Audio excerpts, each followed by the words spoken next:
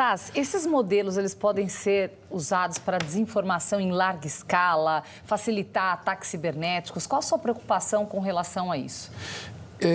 Eles podem ser usados assim como você pode usar uma faca para passar manteiga no pão ou para enfiar no pescoço da pessoa amada. Então, é importante a gente entender que todo início de uma tecnologia nova, como é o ChatGPT, a primeira coisa que acontece é um medo, né, do que vai acontecer, os empregos que vão tomar.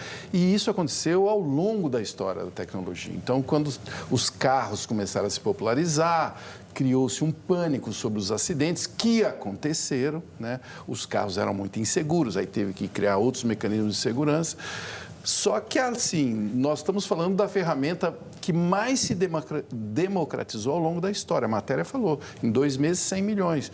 Esse é o grande dilema da tecnologia. Já falamos aqui, como você criar leis para uma coisa que cresce tão rapidamente. Por isso que é importante a sociedade estar nesse debate, entendeu? Eu não creio que um ator criado com a inteligência artificial vai ter o charme de um ator como a gente conhece. Não tem. Agora, pode fazer outras coisas? Pode fazer um comerciante, por exemplo, que não tem o recurso para pagar um ator, criar uma publicidade. Isso pode ser bom também. Então, depende da forma como você usa a ferramenta. Aliás, os benefícios, eles são promissores, inclusive na economia, Schwartzman. A gente já consegue ter uma noção do tamanho disso? Nenhuma. Eu estava lá, 450, 900 bilhões.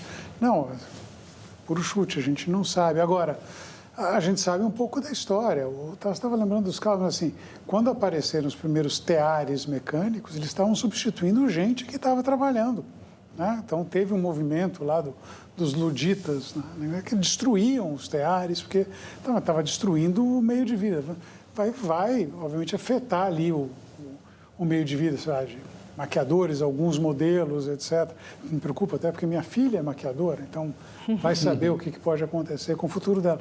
Mas você tem uma lição da história a esse respeito. É o seguinte, nós vivemos hoje muito melhores do que nós vivíamos antes da invenção do tear mecânico. Sim. Isso é óbvio.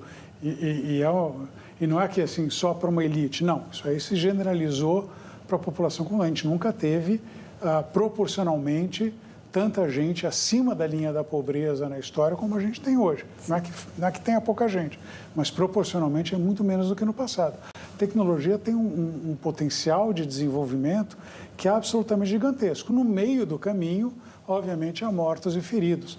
Não por acaso um dos grandes economistas do século passado, o economista austríaco Joseph Schumpeter, chamava isso do processo de destruição criativa.